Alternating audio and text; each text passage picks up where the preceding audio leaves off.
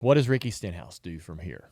I mean, he said, he did say he's going to kick his ass when they get back home. It's happening. What do you do if you're Ricky Stenhouse at this point? I'm not a big fan of wrecking race cars. I was a guy that had to fix them. People have to pay for them. Mm-hmm. But at some point, I wonder if that becomes the only really alternative. Like punching the guy in the airport. Is that really the appropriate way to handle this? Because that's kind of what he said. Hey, man, I'm going to whip your butt, right? So is that really the right way? My dad would have told you that's exactly how it should have been, right? My dad would say, hey, just wait, next time you see him, you don't even have a conversation.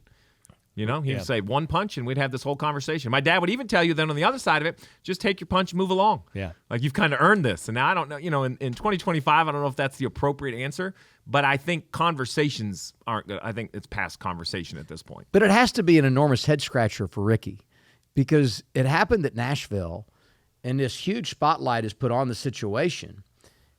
And you feel like at some point there's going to be a payback from Ricky, and you just kind of wonder when and where, and you knew it wasn't going to happen at Michigan. You maybe even thought the ticket to get him back was at Mexico City, where you get in one of those low-speed corners, just turn him around and move on with life.